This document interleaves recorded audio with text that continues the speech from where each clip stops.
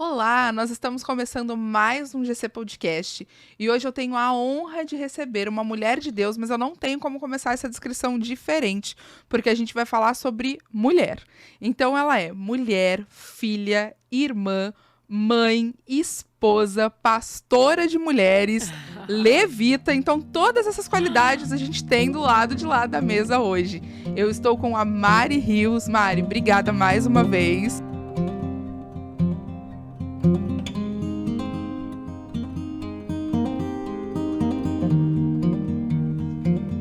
Prazer é meu estar aqui nesse tempo tão precioso. Olá, todo mundo!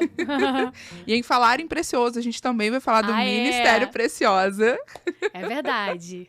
A Mari é pastora de mulheres também na nossa igreja e a gente vai abordar todos esses temas hoje. Então, eu não tenho como começar diferente, perguntando de fato quem é a Mari Rios, né? Eu sei que você tem muitas aí qualidades, né? A gente falou de algumas delas agora no começo, algumas atribuições, mas eu queria escutar um pouquinho mais de quem é a Mari Rios, qual é o seu testemunho, enfim, fala um pouquinho de você pra gente. Então, Mari é esposa do Caio, há 14 anos. Eu tenho uma filha de 4 anos, Isabela, e tenho a Rebeca, que está aqui na barriga. E sou filha de pastor, nasci na igreja, num lar evangélico. Na verdade, a minha experiência de conversão foi quando eu tinha 4 anos, a idade da minha filha. Eu lembro que meu pai pregou para mim. O meu pai sempre falava, eu lembro que meu pai sempre falava do plano da salvação e tudo. Só que naquele dia fez sentido, assim, tudo fez sentido. E aí, quando ele falou assim, Mariana, deixa Jesus entrar no seu coração, convida ele para entrar no seu coração. Aí, você quer que Jesus entre? Eu falei, quero sim. Naquele dia eu entendi que Jesus me amava, que eu podia melhorar em muitas coisas, mas que Mesmo com 4 anos. Mesmo com 4, né? Consciência do pecado. Uhum. E aí, naquele dia, foi um marco na minha vida. Eu aceitei Jesus ali. E aí, depois foi... eu cresci num lar evangélico, então, assim, a igreja, o reino de Deus, era tudo muito parte da nossa vivência. Meus pais me ensinaram a amar Jesus, a amar a igreja. E com 10 anos depois eu me batizei. Com 11 anos eu entendi que eu tinha um chamado específico, ministerial. Na verdade, eu achava que eu ia pra África, né? Ah, é? Essa eu não sabia. Era um chamado missionário.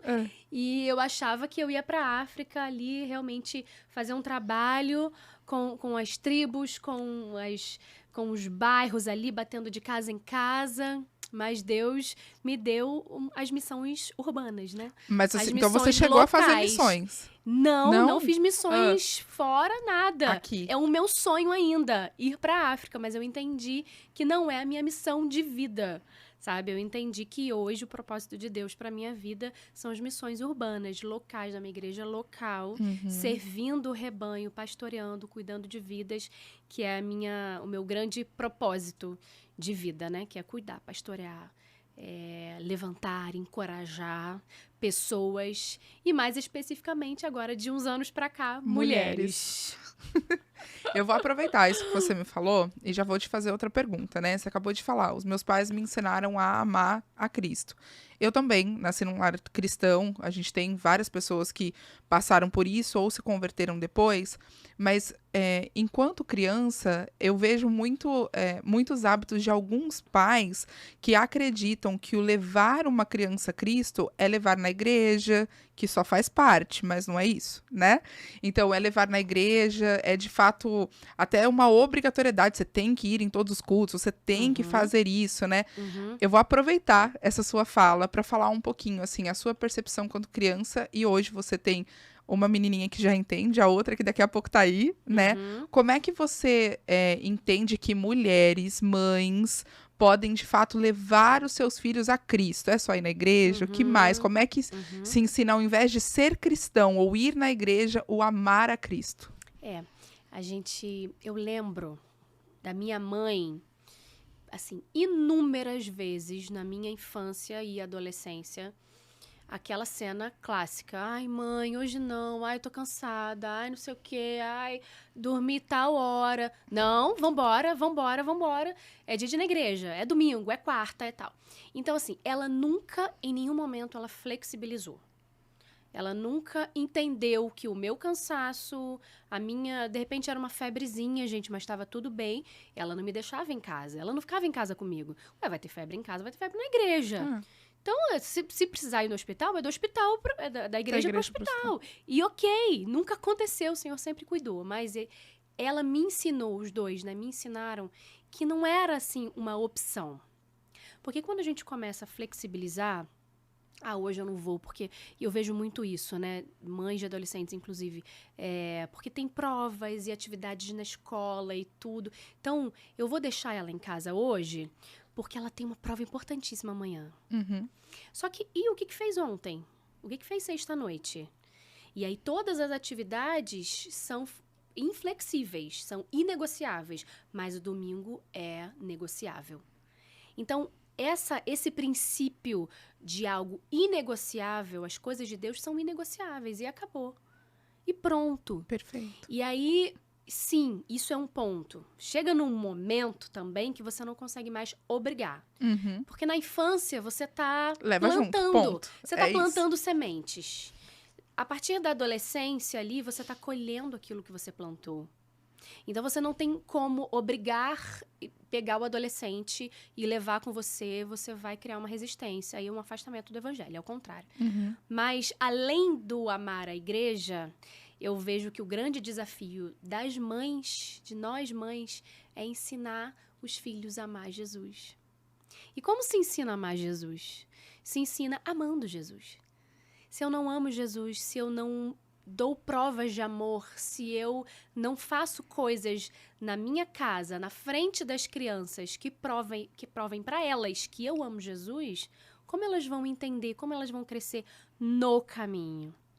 Porque a Bíblia fala pra gente ensinar no caminho. Uhum. Então, não é apontar. Ontem eu até estava conversando com uma líder de célula e ela falava...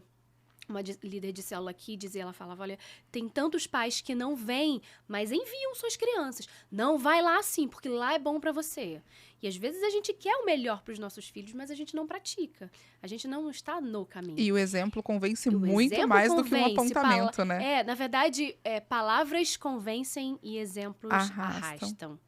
Então, quando nós estamos orando na frente das crianças, os meus momentos de oração são só quando elas estão dormindo, ou eu chamo elas para orar junto, eu pratico atos ali de sabedoria dentro da minha casa, eu vou ensinando no caminho. Leitura bíblica, os louvores, até o domínio próprio. Como que eu vou falar que amo Jesus se dentro de casa eu sou a mulher mais explosiva do mundo, não tenho paciência com ninguém, com nada e minha tolerância é zero? A minha mãe, eu digo que a minha mãe é a mais sábia, a mulher mais sábia do mundo, né? A mulher mais sábia que eu conheço. Então, ela sempre teve esse espírito pacificador dentro de casa. Às vezes, ela tinha que dar uma pacificada ali mesmo nos nossos conflitos, se anulava às vezes, não quero isso não, às vezes ela queria, depois a gente foi descobrindo, mas ela era uma mulher sábia que entendia quando ela precisava dar uma palavra para poder acalmar um caos, sabe? E eu aprendo muito com ela. Muitas das coisas que eu faço hoje e que eu vivo na minha casa, eu me espelho nela. Sem dúvida. Às vezes consciente e às vezes inconscientemente. E isso, inclusive, já te ensina que as suas filhas vão fazer a mesma coisa com você, né? Porque o filho, ele anda no caminho que a mãe pavimentou. Uhum. Todo esse trabalho, toda essa vivência, o ambiente familiar que o filho tem, ele vai reproduzir. Então, se você tem uma casa bagunçada, né? Se você não faz questão nenhuma de lavar a sua louça, de arrumar as coisas, de tirar a mesa, de arrumar a cama, e aqui fica aquela casa numa desordem só, provavelmente os filhos vão reproduzir isso. É fato. Então, a gente precisa entender que o nosso ambiente precisa ter o aroma de Cristo, não só num perfume, num cheirinho, num aromatizador de ambiente, mas o perfume de Cristo nas nossas ações, nas nossas palavras, Que é o fruto nos do nossos Espírito, momentos né? a sós com Deus, nas nossas falas com os nossos filhos. Tudo isso vai pavimentando o caminho e vai preparando-os para serem parecidos conosco. Porque as filhas vão ser parecidas com as mães. Amém, né? Se você é uma Sim, boa mãe, é isso que você pensa, é né? Senhor, eu isso. quero que Sim. eu seja a referência dela, né? Eu uma vez aconselhei um casal junto com o Diogo, né, meu esposo, e era um casal que tava em um momento de muitas brigas. E eles têm um filho de, se eu não me engano, ele tem 5 anos. Mas ele é muito esperto. Então ele entende de fato as coisas, sabe? Entende mesmo. E aí eu lembro que no meio desse aconselhamento eu olhei pra mulher, né, do casal e falei pra ela: se um dia o seu filho crescer e esse virar a referência de essa virar a referência de esposa que ele tem, você vai estar feliz? Se a esposa dele tratar ele exatamente como você trata o pai dele, seu marido? Uhum, E ela começou a chorar. Ela falou: não, não é o que eu quero. uhum, E ali ela entendeu, graças a Deus, que o tratamento precisava ser diferente, porque ela estava de fato criando uma referência para ele dentro de casa. uhum, E às vezes a gente não presta atenção nessas coisas, né? Mas eu tenho a Alice, né? Você já viu, conhece. Eu reparo, por exemplo, a gente tem um cachorrinho, são em mínimos detalhes, assim. E eu reparo que o jeito que eu falo até com o cachorro, ela imita. uhum, É uma coisa impressionante. A palavra, o jeito, o uhum, timbre. uhum. Às vezes a gente não repara de fato, mas a gente é o tempo inteiro copiado como referência de Uhum, alguma o forma. tempo todo. E A, qual é o comportamento que você está manifestando, né? a Isabela é incrível. O jeito que ela trata as bonecas dela é muito bonitinho. Ela Eu vai vejo no acordar Instagram. as bonecas dela igual eu acordo a ela. Então, oi, vamos acordar? Vamos, tá na hora. Eu fico olhando, falei, gente, Já vi isso igualzinho, antes. coisa linda. Ela reproduzindo tudo que a gente faz, porque crianças são esponjinhas. Só que muitas mães ainda não entenderam que ser mãe não é criar um filho. Ser mãe é levantar um homem, uma mulher, para ser diferença nessa geração. Ser mãe é missão de vida. Ser mãe não é criar filho, ser mãe é missão de vida. Então, eu tô com lá, no time do Preciosa, a gente tá com... Tem mais ou menos 20, 23 mulheres dentro do time. Dentre essas, 7 estão grávidas. Meu Deus, eu quero, gente. Ora por Vai mim. vai lá, na hora! Então, assim, eu falei pra elas outro dia, eu tava reunindo, a gente tava fazendo um churrasco, e eu tava conversando com elas e falei assim, olha só, vocês não estão carregando um filho, tá? Vocês estão carregando uma missão. Porque a gente tava falando sobre tela e tudo, e eu sou muito firme nesse aspecto tela e radical em alguns pontos, mas eu sei quem eu sei quem a Isabela pode ser, sabe? Eu sei o que ela vai ser. Deus já me falou quem ela vai ser. E se eu não for um agente catalisador do propósito dela, eu vou responder por isso. Então, a gente, desde o iniciozinho, assim, antes da gente engravidar e tudo, a gente já tinha planejado lá em casa. Tela não, celular não, final de semana tem um desenhinho, mas é o desenho X, não é aleatório no YouTube, que você vai vendo, daqui a pouco tá vendo um programa de crianças grandes, igual eu falo pra ela, de uma criança um pouco maior, que não, ela não vai ter maturidade, enfim. E eu tava falando para as meninas, olha, filho é missão de vida. Crianças são heranças que o Pai entregou nas nossas mãos. São homens e mulheres que vão mudar o mundo. Inclusive, tem uma que tá tendo terceiro agora, né? E aí ela não planejava. E aí ela tem 2, a menor tem 1 ano e meio. Meu Deus. E a terceira agora, a gente não sabe se é menino. Se é menina, a terceira gravidez agora, o marido tinha acabado de fazer vasectomia. Então ela chegou pra mim Não chorando, tem como assim. dizer ao contrário. Ela tava, assim, transtornada, porque ela não tava preparada para aquilo. Ela não tinha planejado a vida. Mas aí eu falei pra ela, eu tive a oportunidade de ministrar o coração dela. Eu falei, olha só, daqui a 20 anos, onde eu vou estar? Onde você vai estar? Daqui a 20 anos, já imaginou onde essa criança vai estar? Se o Senhor entregou essa criança nas tuas mãos, mesmo alheio ao teu planejamento, Totalmente de repente você não alheio, planejou, mas o Senhor planejou. Não tenho dúvida que essa criança vai ser um homem ou uma mulher que vão revolucionar a geração.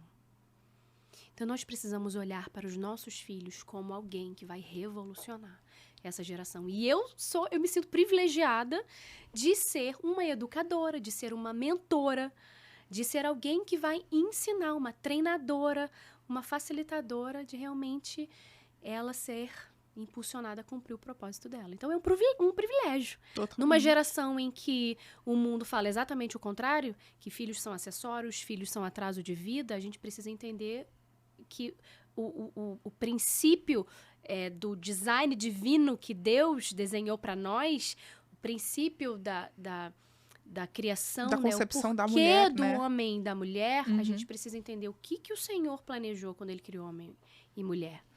E retornar e nos posicionar para que a gente possa realmente combater essas disfunções.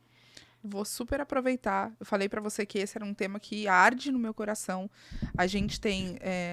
É o que você falou, né? A gente tem tantas desconstruções hoje em dia em andamento, né? E eu vejo que a mulher, ela tem sido extremamente atacada. Às vezes a gente sequer percebe. Eu fiz ontem uma palavra que eu tava até comentando com você que sai amanhã. E nessa palavra, eu separei uma série de frases que sequer a gente se dá conta de que o mundo já colocou isso na nossa cabeça. Por Sim. exemplo, a submissão, que você nem Sim. sabe, mas a primeira pessoa que eu vi falando sobre a submissão como estar debaixo da mesma missão foi você, há anos atrás, quando eu cheguei na igreja. Benção. E aquilo marcou, e eu já falei isso para diversas mulheres. Então, assim, a gente tem um público de mulher sendo extremamente atacado, colocando essa questão da submissão de lado, querendo ter uma voz mais altiva, enquanto a Bíblia fala claramente quais são os papéis de uma mulher. E a gente também tem agora fortemente o ataque às crianças, né? Então, você chamou aí de desenhos de crianças grandes. Mas, infelizmente, até em alguns desenhos de crianças menores, Sim. a gente tem visto princípios sendo atacados contra a família, por Sim. exemplo. Mari, como mãe, como pastora e, inclusive, como pastora de mulheres, eu queria que você falasse um pouquinho para quem está assistindo a gente, de fato, qual é o papel de uma mulher cristã na sociedade, na casa dela? O que a gente tem que lutar para combater? Quem é de fato uma mulher cristã precisa se posicionar como? Esse assunto aí dá 365 Dá. podcasts. Dá. A gente tem que começar do começo, né? Vamos lá. Por que Deus criou homem e mulher? Onde Deus criou homem e mulher? Gênesis diz, vamos pro homem primeiro. Gênesis diz no comecinho ali que Deus criou o homem fora do jardim. O jardim, ele fala de segurança, de acolhimento. O jardim era o lugar que Deus criou para que homem e mulher estivessem. Só que até então não existia homem e mulher. Existia a criação, uma natureza e um jardim. Deus cria o homem fora do jardim. Isso denota que Deus entende que o homem precisa estar fora desse jardim, fora dessa casa. E depois estar novamente plantado ali. Mas ele é criado originalmente fora do jardim. A mulher, ela é criada dentro do jardim. A mulher, o lugar dela é o lugar de dentro do jardim. Então, assim, primeiro, aí a gente vai seguindo, tá? Quais são as disfunções? A primeira disfunção é esse enfraquecimento da figura do homem. A gente vê muito isso, né? Um levante da figura da mulher e um enfraquecimento da figura do homem. As primeiras, anos atrás, assim, teve um autor que descortinou isso da minha mente, quando ninguém falava de feminismo, ninguém falava de ideologia. Patriarcado, que é como se ninguém chama falava disso, e aí ele, inclusive, falava muito sobre o valor do patriarcado, que hoje parece que submissão, patriarcado cria coceira nas pessoas, né? Mas ele começou a falar sobre as disfunções nos filmes, nos seriados, nas grandes produções de Hollywood.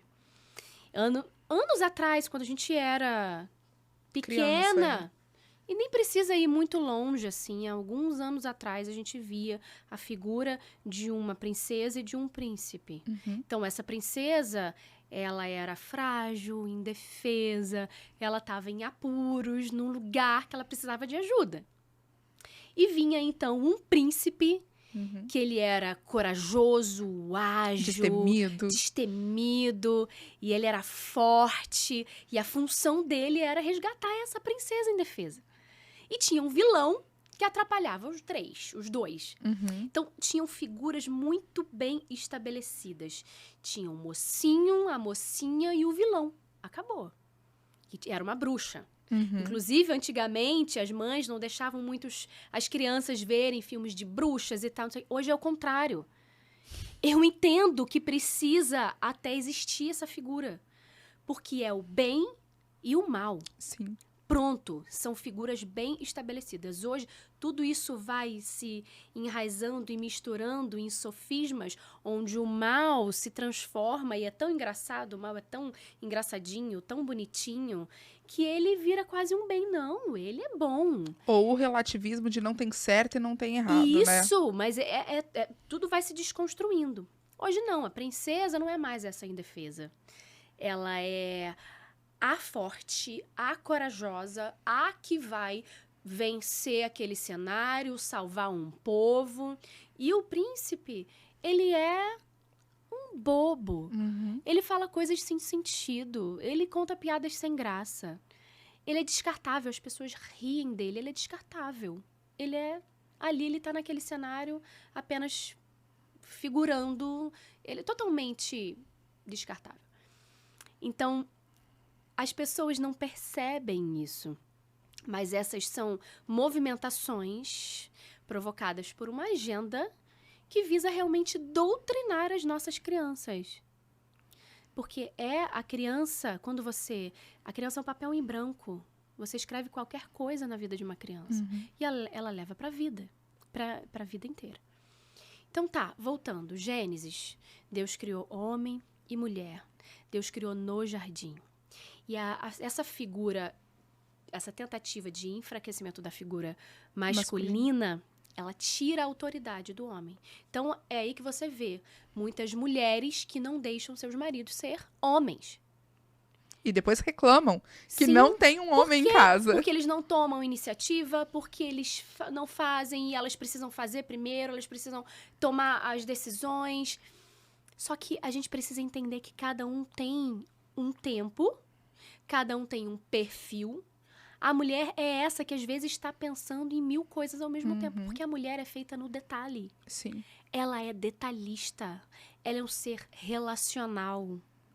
Ela gosta das relações, ela gosta de fazer as pessoas se sentirem acolhidas. Ela é no detalhe. O homem não, o homem é prático.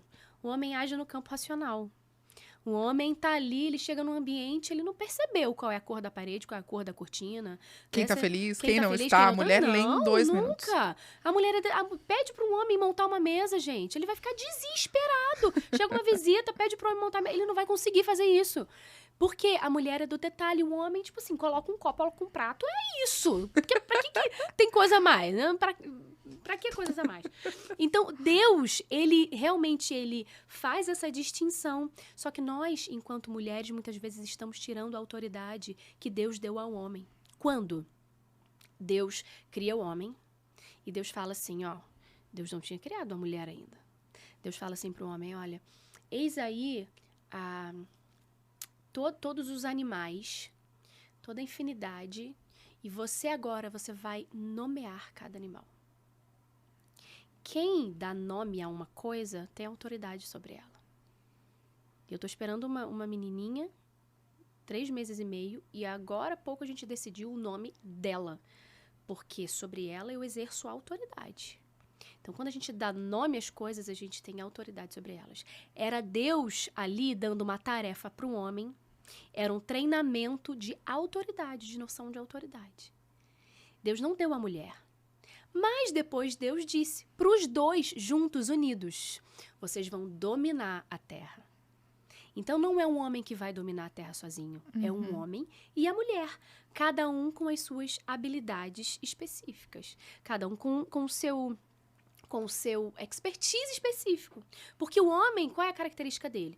Ele é mais forte, ele tem dotes físicos mais fortes, ele E tem que uma não vão característica mudar de nunca. Essa característica é dele. nunca. Inclusive, tá uma briga agora nos esportes Sim, por conta desse fato, porque isso é tem intrínseco à mais força. natureza humana. Sim. Nada pode mudar, a ciência não pode mudar, a tecnologia não pode mudar, ideologia não pode mudar. Então, Deus, ele começa a falar, olha, homem e mulher, vocês vão dominar sobre tudo que existe na Terra, os dois juntos. E o homem, isso que eu estava falando, a característica do homem, ele é forte, ele vai defender a família, ele é o protetor, ele é o provedor, porque ele foi criado fora do jardim. Ele é provedor, ele foi feito para trabalhar. A mulher é um ser relacional, ela foi criada para ninhar. Ela foi criada para cuidar dos relacionamentos da família. Ela foi criada para ser o ser que vai administrar as emoções. E eu acho muito lindo essa diferença, porque a mulher, ela sim é mais suave. E o homem tem a característica de ser mais forte. E a gente vê isso tão claro em Gênesis 2. Quando Deus cria a mulher, Adão vira para a mulher e ele fala, olha, essa verdadeiramente, como é que ele fala assim? Essa é sim, osso dos meus ossos, carne da minha carne. E depois, isso na verdade é parte de como se fosse uma poesia dele, né?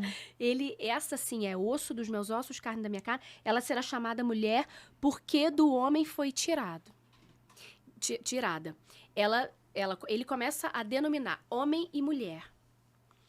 Só que em hebraico, olha que interessante isso, em hebraico, o nome pelo qual o homem identifica ele mesmo é Ish. E o nome da mulher é Isha. Tem um plus aí feminino, um acréscimo final feminino. Mas os dois têm significados similares. E muitos estudiosos falam que o termo Ish vem da raiz forte. E o termo Isha vem da raiz que significa suavidade. Então, o homem enquanto um ser forte e a mulher um ser suave. Cada um dentro das suas funções, dos seus papéis. E o mundo tem tentado misturar isso. Tornar a mulher um ser forte, provedor, protetor, e o homem um ser frágil, perdido, confuso, que não sabe para onde ele vai, que é dependente, totalmente disfuncional, papéis totalmente invertidos. E numa sociedade que a gente vive papéis invertidos, a gente tem destruição sacramentada. Porque você não sabe onde ir, não sabe o espaço que você deve ocupar. Portanto, eu crio uma sociedade completamente autodestrutível. E vazia, né? Completamente. Então, é isso que a gente precisa. Deus cria homem e mulher, é isso que a gente precisa entender. Deus cria homem e mulher com inclinações diferentes. Feitos, né, para atuar em campos diferentes. Então, a gente tem lá, né, há anos atrás, a gente vai estudar a história, bababá, você vê a revolução dos sutiãs, né, e aquela luta por direitos legítimos, que eram legítimos, o direito ao voto, o direito à educação. Mas que, inclusive, né? não são ligados ao feminismo, né? Exatamente. O voto já existia antes desse movimento. Depois o feminismo foi um desdobramento ruim dessa raiz boa que começou. Mas tudo isso movido por uma força diabólica de enfraquecer a figura do homem, onde ele não tem voz, numa sociedade que ele não tem mais voz, e a mulher é cada vez mais valorizada no sentido de somente ela tem voz, somente ela, é isso, aquilo. Aí a gente começa a fazer um movimento de comparação que é tão sem sentido, porque cada um tem a sua função. Não existe homem e mulher, um ser inferior ou superior. Ou aí eu absolutamente independente um do outro. Independente um do outro, onde competem o tempo todo entre si, ao invés de serem parceiros para a vida, cada um com as suas características, não. Quando você vai montar uma empresa, você chama um sócio, né? Normalmente, cada um tem uma expertise. Né? Um é mais criativo. Ou provavelmente vocês vão afundar. Se vocês dois forem iguais, vai faltar algo, vocês vão afundar. Fato. O que é uma empresa, uma sociedade saudável? Um é mais criativo, um é mais aquele de planejar e tudo, e o outro é gerenciador, o outro é racional, o outro lida bem com planilha. Então, vocês dois vão ali unir as habilidades para o crescimento daquela empresa. Num lugar onde eu tenho duas habilidades iguais, eu vou ter falta de uma. Eu vou ter falta de outra. E aí eu volto lá para o início, quando você falou sobre submissão, sobre autoridade e tal. Submissão nada mais é do que estar debaixo de uma visão, de uma missão. E aí eu estou me referindo a uma família funcional. Uma família onde eu tenho um homem, uma mulher, eu tenho pessoas que estão sob uma visão do próprio Deus, uma visão bíblica para esse tempo. Eu não falo do homem abusador. Eu não falo do homem agressor, porque existe também, nós precisamos combater. Não, mas é engraçado que ninguém fala da mulher abusadora. Ninguém fala da mulher agressora. Existem gente, somos humanos. Então, se existe homem, também vai existir mulher. Mas é interessante entender o seguinte, quando você está submisso a uma missão, você está protegido. Você está amparado. É uma defesa, é uma proteção para mim. Saber que o Caio, a decisão final vai ser dele. E que a gente vai poder negociar, traz conversar. Um alívio, né? É óbvio. Gente, a gente vai conversar sobre o carro novo que a gente vai comprar. Vamos conversar. Vamos colocar na planilha. Ele quer um carro de 100 mil reais. Eu acho que 40 mil reais tá bom. E a gente vai chegar ali em um denominador comum. Mas a decisão final, gente, é dele. E não vale depois falar assim, tá vendo? Eu te falei. Embora dê vontade. Mas a decisão é dele. Porque isso nos respalda. Mas a gente não vai perder a voz. Porque o primeiro a nos dar a voz foi Jesus. E quem diz que a Bíblia e que o Evangelho não dão voz para a mulher... Não leu a Bíblia. É um mentiroso. Não leu, não sabe. O primeiro que deu voz à mulher foi Jesus, quando ele conferiu a uma mulher a notícia mais importante da história. Ressurreição. Quando ele ressuscita e fala assim para Maria Madalena, olha só, agora... Você vai para os meus e você vai contar a boa notícia. E uma mulher que vem de uma vida destruída e passa por uma transformação. Isso, a gente vai para essa ramificação dessa mulher que ninguém acreditava. Uma mulher totalmente desacreditada pela sociedade. Então, assim, ele olha para essa mulher e ele fala assim, você vai contar que eu ressuscitei. Ele poderia ter virado e falado, gente, para João, que era um amigo dele. Ou para qualquer um dos discípulos que estava lá, Pedro, até o final. Mas não, foi para Maria. Jesus deu voz à mulher. Jesus foi aquele que levantou a mulher, que inaugurou o ministério da mulher. Foi Jesus. Maria Madalena era uma das únicas mulheres que andava com Jesus. Numa cultura que a mulher não era ouvida. Naquela cultura não era ouvida ainda. Aí, de fato, não era mesmo, Não era. A mulher andava atrás do marido mesmo. A preferência é que ela ficasse em casa, ela não poderia ir na rua, ela não poderia sair. Uma mulher que não tinha direito mesmo, não tinha acesso à educação, não tinha acesso aos templos, não tinha acesso à religião. Ela realmente não tinha voz. Mas Jesus, ele quebrou um paradigma cultural naquela época. Ele foi o primeiro, se ele estivesse aqui hoje, ele estaria quebrando vários paradigmas, inclusive que nós construímos. Dando voz à mulher. Então, assim... A gente precisa ferramentar. Eu vejo que a gente vive num tempo que a gente precisa ferramentar a igreja para argumentar com o mundo. Porque muitas vezes a gente se cala, porque a gente tem medo do mundo engolir a gente. E muitas vezes é por conta de superficialidade, né? Claro!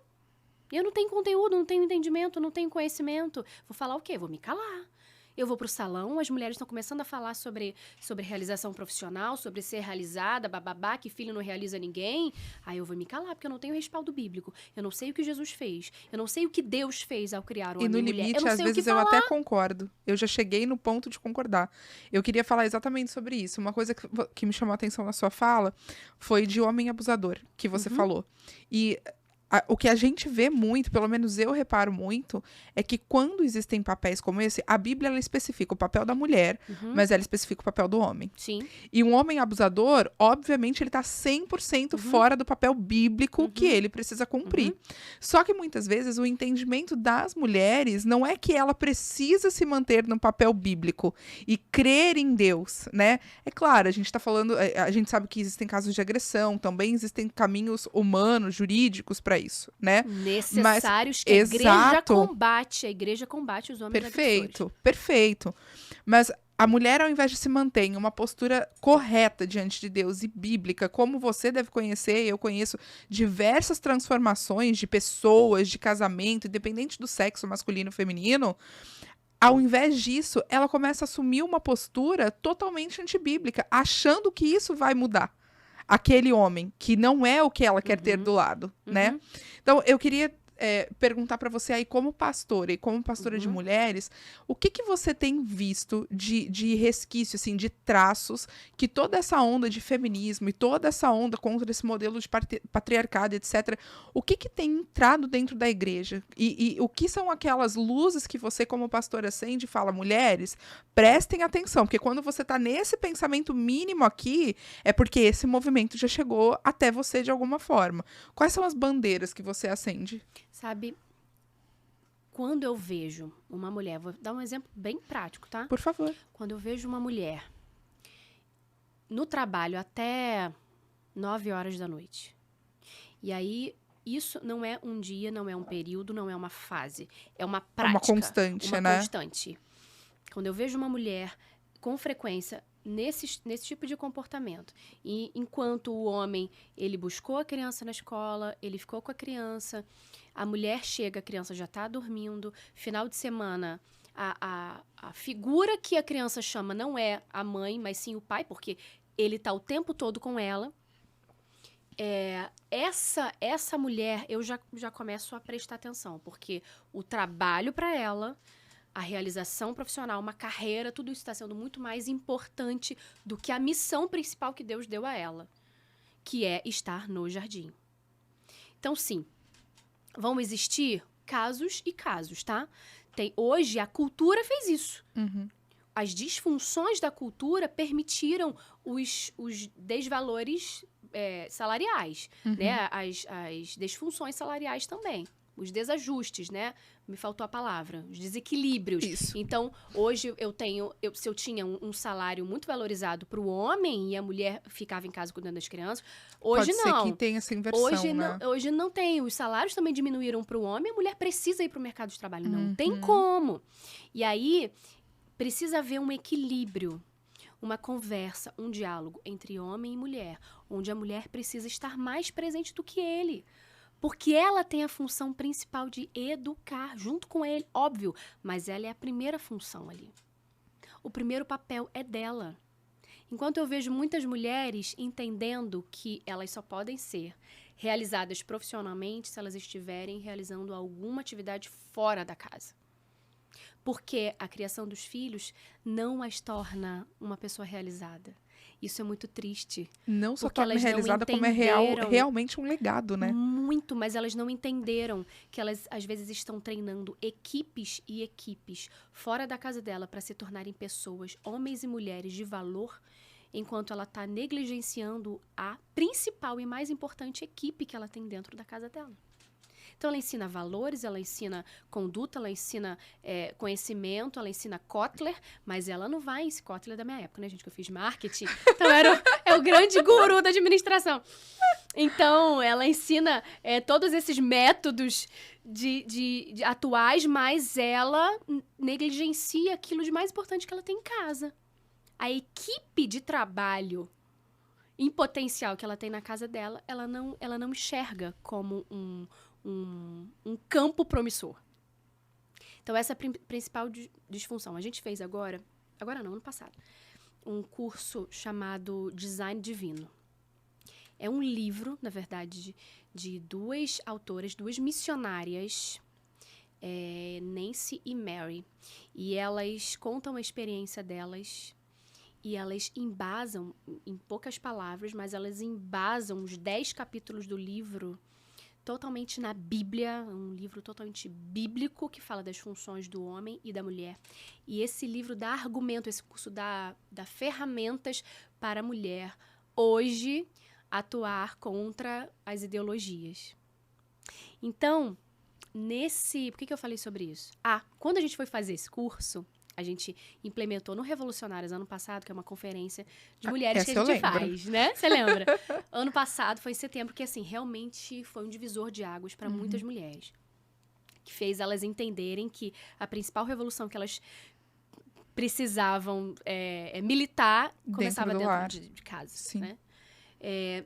E aí muitas delas saíram, assim, da própria conferência, vou voltar no curso, mas muitas delas saíram, vou largar meu emprego, vou largar meu trabalho, meu Deus, o que eu tô fazendo? Falei, gente, calma. Não é isso. Calma. Vai orar, vai amadurecer, vai digerir, são muitas coisas novas que vocês receberam, vai conversar com seu marido. Eu entendi que foi um choque de realidade que você teve, que é a conferência, a gente se propõe a fazer isso, esse choque de realidade a cada conferência. Mas elas saíram de lá com esse pensamento. Mas isso foi bom, porque isso gera reflexão, isso gera movimentação. Eu ia falar exatamente isso. Sabe? Precisa existir o confronto. Esse choque, né? Exatamente. E aí, nesse curso Design Divino, cada pessoa da equipe precisou fazer o curso antes de ministrar na conferência, que falava exatamente sobre isso. Então, não tem como eu ministrar se eu não fui transformada primeiro. E elas se viram num ambiente totalmente desfavorável. Elas se descobriram feministas. Meu Deus. Mulheres de Deus, sabe? Não, é porque é tão mulheres enraizado. De Deus, mulheres fiéis. Mas elas não tinham descoberto ainda que as verdades da palavra de Deus em muito conflitam com aquilo que a gente está vivendo na nossa cultura. Então, elas tiveram que abandonar práticas, dar voz ao homem, deixar de tomar algumas decisões em casa. Sabe, outro dia eu estava falando, né, que a gente foi viajar, a gente comprou um enfeite de porta.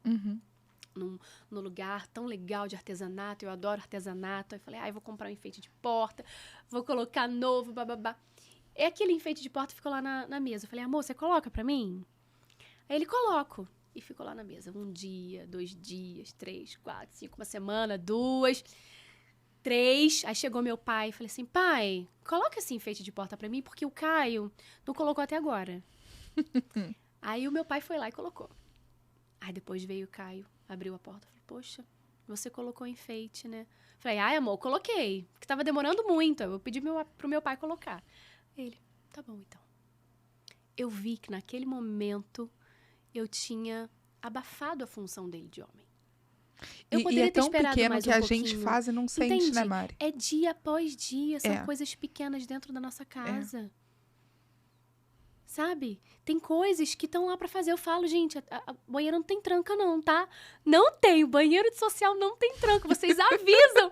Eu tô entrando no banheiro e tal. Mas agora ele tá providenciando a tranca pro banheiro. Mas assim, gente, a gente tem que ter paciência também. Sabe?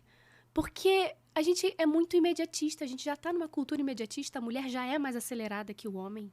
Então, a gente tem que entender que ele tem o seu tempo. E quando a gente toma algumas decisões, a gente entra no espaço dele, a gente tá enfraquecendo a figura dele masculina. E vai voltar pra você isso depois, né?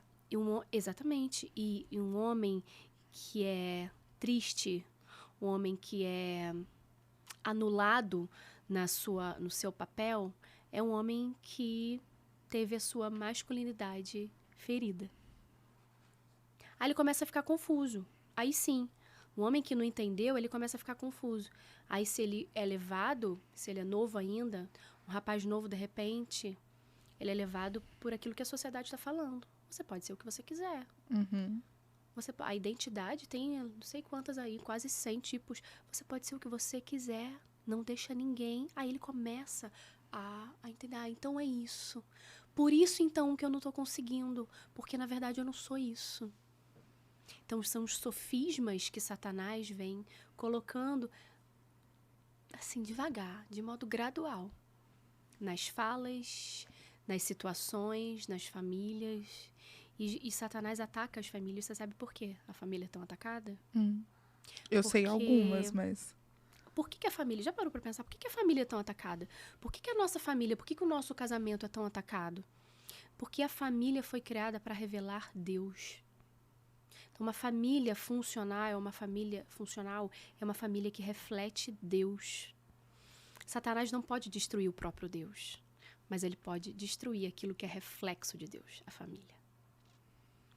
Então, a família é constantemente atacada, mas eu creio que Deus está levantando, assim, um exército de mulheres que serão defensoras da família. Amém. Defensoras do casamento entre Dos seus filhos. homem e mulher. Defensoras dos princípios da palavra de Deus, aquelas que vão se posicionar. Acabou o tempo da gente ser espectador, né? E Martin Luther King, ele foi tão feliz, né? Falando, eu não me preocupo com o grito dos maus. Eu me preocupo com o silêncio dos bons. E ele vivia, eu não vivi naquela época, né? Aquela década de 40, de 50, onde o cenário político era tão diferente, ele defendeu tantas causas. Ali a gente não viveu ali, mas eu vejo algo se repetindo aqui. A gente está vendo o silêncio dos bons. A gente está presenciando uma minoria gritando, parece que está falando pela maioria. A igreja, por muito tempo, se calou em alguns assuntos. Uma maioria se cala. Então, é tempo da gente se levantar, se posicionar, né? A gente não tem como. O ano de 2022 é um ano diferente. As escolhas que a gente precisa fazer nas nossas eleições em 2022 são diferentes. Tem muito cristão que ainda não entendeu que é uma eleição estritamente espiritual. Nunca foi tanto. Eu fico assustada. São polos absolutamente divididos, totalmente diferentes. Então, ou nós nos posicionamos, não existe perfeição em nenhum ambiente, gente. Perfeito, é isso aí. Eu tô aqui, nós somos humanos, não vamos esperar algo perfeito, um cenário perfeito. Não, nós vamos esperar alguém que defenda a maior os princípios. inclinação, né? É isso, a maior inclinação. Não é que vai falar, que vai ser a nossa voz em cada critério. De forma em nenhuma. cada princípio bíblico. Mas será aquele que representa, pelo menos, os nossos princípios principais.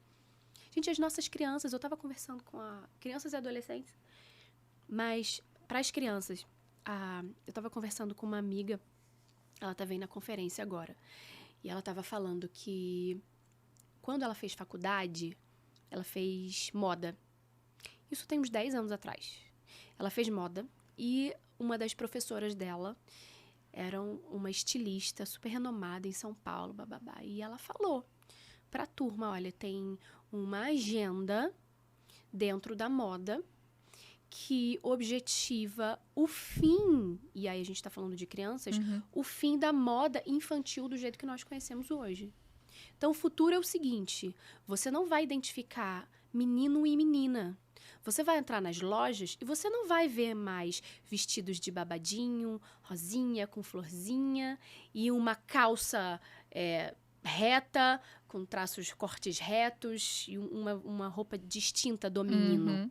Porque o objetivo é trazer essa... Descaracterizar. Exatamente, essa desconstrução, essa descaracterização das roupas, da moda, para que a criança não se identifique como menino e menina. Há 10 anos atrás. 10 anos atrás. E você já vê, você vai no shopping e você vê.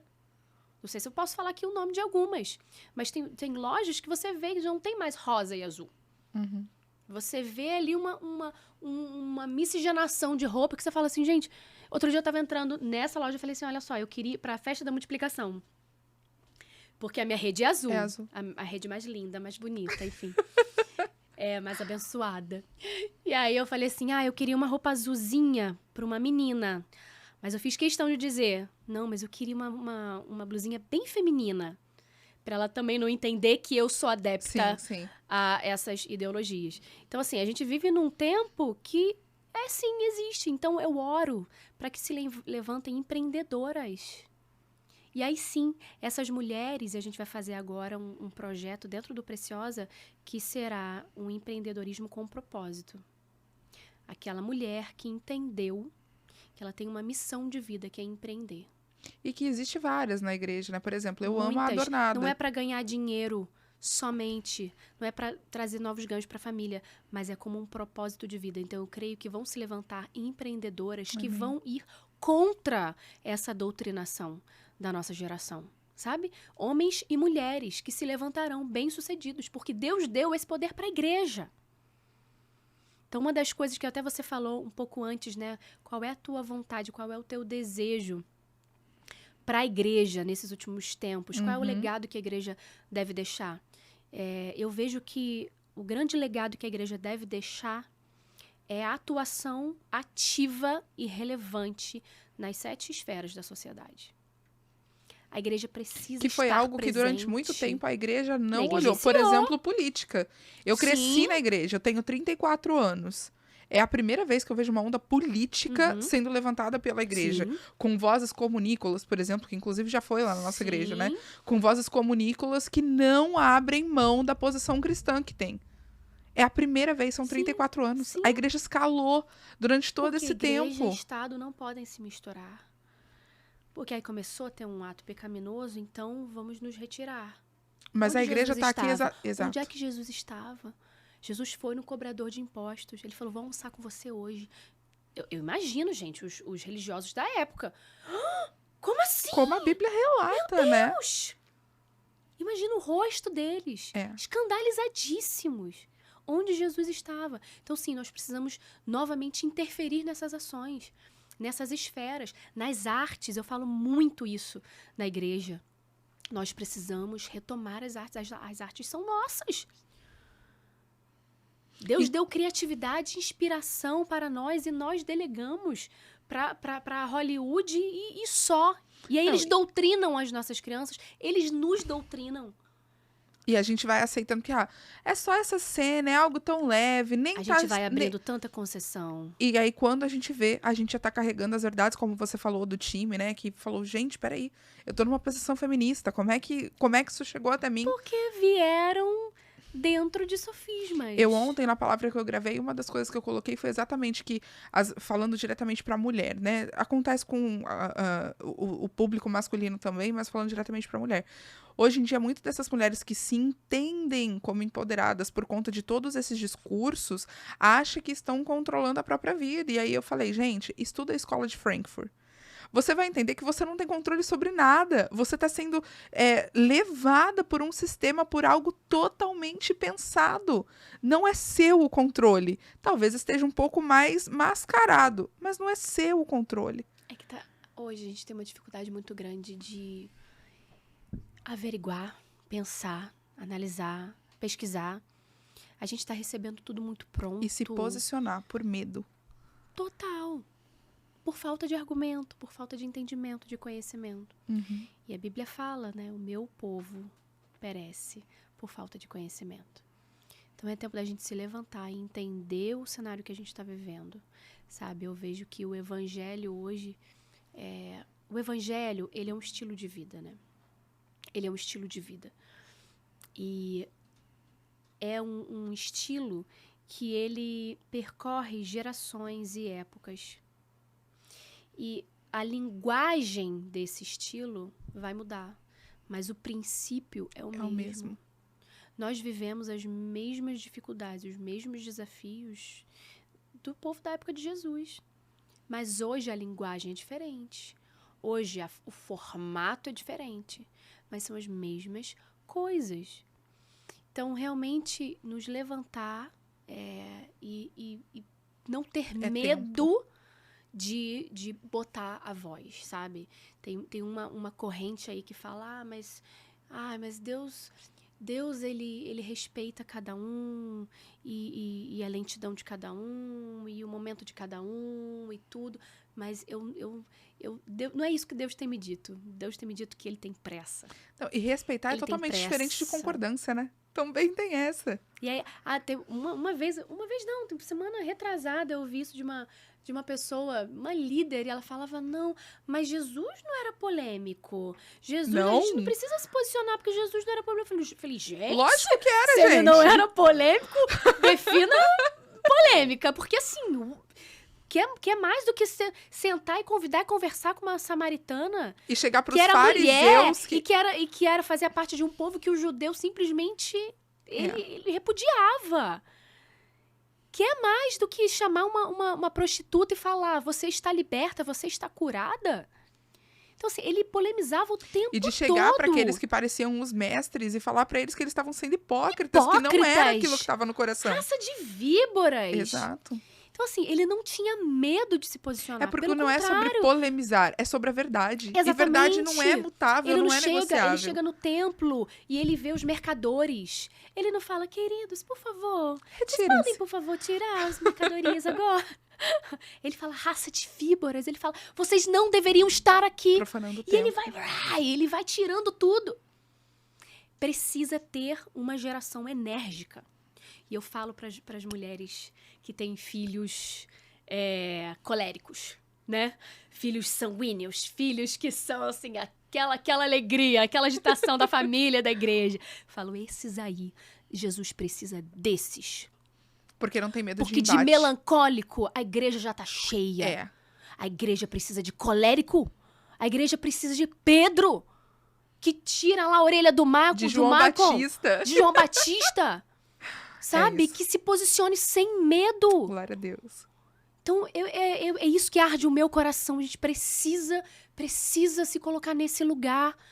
Sabe? Rever as nossas ações. Rever quem eu sou. Rever aquilo que eu tô pregando. Para quem eu tô pregando. O lugar que eu tô ocupando. Será que eu tô vivendo nessa terra somente para usufruir dela, para ter uma vida confortável? Muitas vezes Deus vai nos tirar da zona de conforto para nos colocar num lugar desconfortável para se posicionar.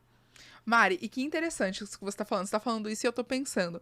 Normalmente, quando falam de personalidades, assim, né? Os coléricos e os sanguíneos são os mais mal vistos. Muito, Já reparou? Sim.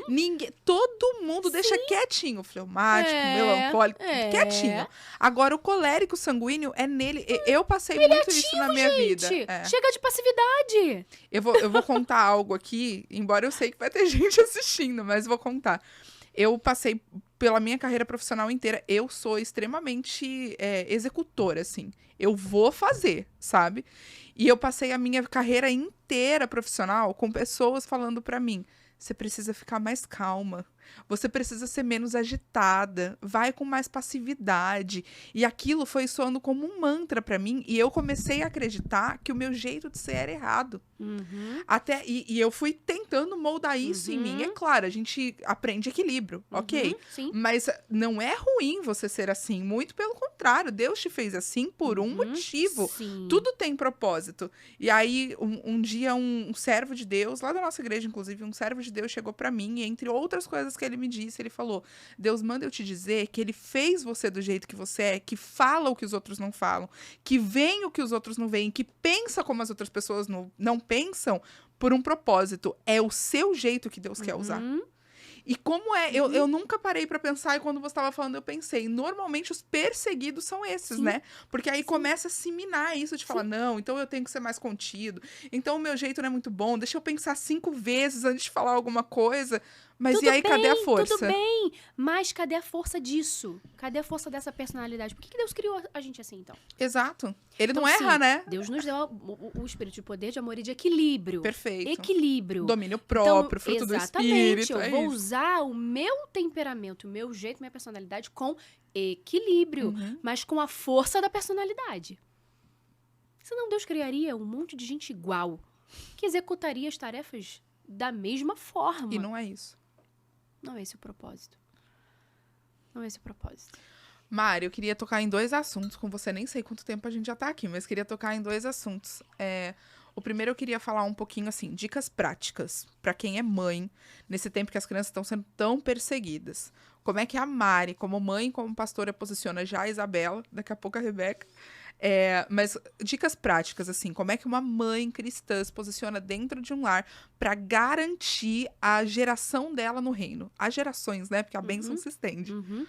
Primeira coisa é ensinar a amar Jesus através de atos, através de comportamentos, aquilo que a gente conversou lá no iníciozinho. Sim. Então, eu não só ensino a Isabela a orar, eu oro com ela e ela me vê orando.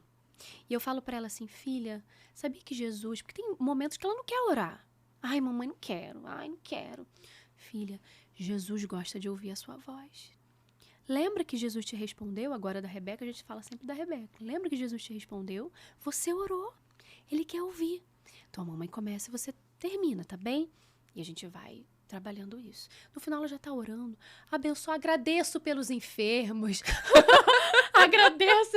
E tudo começa a agradecer todo mundo, começa a abençoar todo mundo. E aí é o relacionamento. Eu acho que esse relacionamento com Deus é que é o grande desafio nosso, sabe? E é uma coisa que a gente vai fazer através dos atos, ensinar histórias bíblicas. Por exemplo, lá em casa, ela tem muitos livros de histórias bíblicas. Muitos, muitos, muitos. Então, assim, 99%... Ela tem muito livro, primeira coisa, né? Mas 99% dos livros que ela tem são de histórias bíblicas. Então, cada dia é uma história. Lá em casa a gente faz rodízio. Uma vez eu ponho ela pra dormir e outro dia eu caio. Mamãe, conta uma história. Às vezes eu tô cansada, a gente queria tanto ficar quietinha naquela hora, só esperando ela dormir. Ela, mamãe, conta uma história. Tá bom, filha, mamãe vai contar hoje a história de Sara. Não, mamãe, conta a história de... Como é que ela gosta? Ai, gente, fugiu o nome. Do rei do Egito. Do príncipe do Egito. Moisés, José. Ah, tá. Ah, conta a história de José, porque a história de José é longa, né? Aham. Então a história nunca vai acabar, então ela vai poder ficar ouvindo. Conta a história de José, eu quero José. Quando eu conto a história de Ana, por exemplo, que é uma história mais curta, não, Ana não. José. Porque ela gosta de ouvir as histórias. Então, a gente planta as histórias bíblicas antes de qualquer coisa. Claro que ela tem os caderninhos de princesa, os adesivinhos, de alguns desenhos selecionados Mas não é que o a gente principal, vê, né? mas não é o principal. Claro que ela tem as fantasias de princesa e a gente curte, a gente leva, mas o principal é a palavra de Deus. O principal é isso. E aí, no carro, a gente coloca o tempo todo músicas essas músicas cristãs, e a gente tem vários exemplos aí, desde aquelas que contam histórias, desde aquelas que Você já colocou 3 palavrinhas pra ela no YouTube? Sim, muito. Amo, acho a coisa mais Não só no linda. YouTube, mas no áudio, Os né? clipes que eles fazem também são incríveis, contam as historinhas. Então tem 3 palavrinhas, tem Meu Mundo é uma Viagem, tem os Radicais Kids também, Eu Amo. Então quando começa a cantar aquela... Como é que ela fala? Ai, fugiu agora a música, gente. Depois eu lembro. Tem problema, vai Mas lembrar. é o plano da salvação, né? Ele vai contando o plano da salvação e tudo. Eu já vi ela cantando em stories seu. Sim, então é isso que a gente continua plantando todos os dias. Uma outra coisa que a gente faz muito, e assim, é um princípio inegociável lá em casa, é a questão da tela. Porque quando eu terceirizo para o celular, eu não sei o que ela tá vendo e eu privo a minha presença dela. Tem muitas crianças que estão orando, pedindo para ser o celular da mãe. Gente, eu lembro que na pandemia, eu conversei com uma psicóloga. Ela falou que as mães... a gente fez uma pesquisa com as crianças e a gente perguntou para elas o sonho delas. Ai, Mari. Aí elas falaram, eu quero ser isso, quero ser aquilo. Aí a outra falou, eu quero ser o celular da minha mãe. Porque a mãe ficou o tempo todo no celular. E ela quer ter a presença da mãe, assim como o celular tem a presença da mãe, a atenção da mãe. Meu Deus. Isso é muito sério. Outras só precisavam da família, então outras tiveram alta na pandemia, porque elas só precisavam da presença da família, e na pandemia estava todo mundo em casa. Então, a gente peca muito nisso, sabe? E é muito mais fácil. Eu vejo no shopping, gente... A minha vontade é falar com cada mãe, né? Aí o Caio... Amor... Eu já começo a olhar assim. Aí ele só fala... Amor... Eu não vai falar, não vai achar minha cara aqui, por favor. Porque a minha vontade celular, é conversar, né, com aquela mãe. Porque às vezes a criança, a gente tem 8, 9 meses, ela nem tá chorando, ela tá andando, ela tá no carrinho quietinha e a mãe coloca o celular na frente dela. Então a gente mesmo é o responsável depois. Inclusive tirar pro desenvolvimento, né, cerebral. Pro desenvolvimento pra Iris, a Iris ainda não tá preparada, os olhinhos não estão preparados ainda, desenvolvidos o suficiente. Tem uma menina no nosso time que a filha dela precisou usar óculos e o médico falou, isso é excesso de tela. Ela tem 5 anos, fez 5 anos agora. Então, assim, são coisas que a gente precisa tomar cuidado, mas é no início. Gente, é óbvio que dá trabalho. Lógico. Canseira, eu não falo nem trabalho, que a criança não dá trabalho, dá fruto, né? A gente aprendeu. Mas é óbvio que dá canseira, mas eu ando com o meu kit criança, que eu chamo. Então, a gente vai para um restaurante, vai para uma reunião, já tenho lá os 3 livrinhos de pintura, lá o kit de lápis de cor, lápis de cera. Se é uma reunião que eu preciso estar mais focada, eu levo canetinha, porque eu sei que canetinha, a criança ama canetinha mais do que A Alice lápis. é apaixonada até hoje. Então eu sou estratégica ali. E aí, assim, levo as atividades, os brinquedos, é aquilo. Restaurante, a Isabela sabe, ela nunca fica no celular com a gente. Nunca. A não ser que, tá? A não ser que, gente, já bagunçou, já tá na agitação pré-sono, né? Tem aquela agitação ali antes do sono, antes de dormir. E a gente tá tendo que ter uma conversa, às vezes, com um casal, com uma situação, resolvendo tudo, um aconselhamento. Óbvio que, assim, exceções acontecem. Sim. Mas ali eu direciono. Então, filha, vai ser Superbook, né? Então, vai ser um desenhozinho assim. Então, é direcionado, intencional. Deus nos chamou para sermos mães intencionais em todas as nossas ações. Então, são coisas práticas que a gente faz na nossa casa. Tem uma das meninas da minha célula, eu não lembro agora o nome do aplicativo. Ela tem um menino de 13 anos. E ela tem no celular dela um aplicativo que monitora o que ele baixou no celular dele. E, na minha opinião, ela está corretíssima. Porque ela Qual a consegue... idade dele? 13 anos. Ele tem porque vai pro colégio. A nossa não vai ter. Mas ela tem o celular, ela tem as necessidades dela, ele vai, volta pro colégio, etc. E tudo que ele baixa, tudo que ele vê, chega na tela dela. E tem que olhar, porque não, ele tem 13 anos, ele não tá pronto para consumir certo tipo de conteúdo. Ele até que é muito maduro, ele entende muito bem, é cristão, se batizou há pouco tempo, fez a escolha dele, mas tem que olhar. Ele não tá pronto para ficar sozinho com isso. Qualquer influência pode ser o início de uma destruição. Inclusive, essa mãe, um dia, ela recebeu uma proposta de trabalho, ela trabalha em casa. E ela recebeu uma proposta de trabalho que ela passaria mais tempo fora. A minha resposta para ela foi, claro, você vai orar, é Deus quem vai te dar a sua resposta, mas é uma fase muito crítica. Se hoje o seu trabalho em casa te satisfaz do lado financeiro e do lado de carreira, no sentido de você continua na ativa, eu, Kézia, não abriria mão de estar perto do meu filho, porque é uma fase tão crítica. Adolescência não tem como a gente liberar nesse começo, sabe? Não dá. Mari, além de ser mãe, você é mãe espiritual também, né? De várias mulheres. Eu queria que você falasse um pouquinho do Preciosa, a missão do Preciosa. Se quiser já falar o arroba, a gente vai falar no final de novo, mas pra que nasceu o Preciosa e qual é a mensagem que esse ministério carrega, assim, o desejo desse ministério? Então, na verdade, assim, Deus, quando me chamou para cuidar de mulheres, eu tive uma resistência.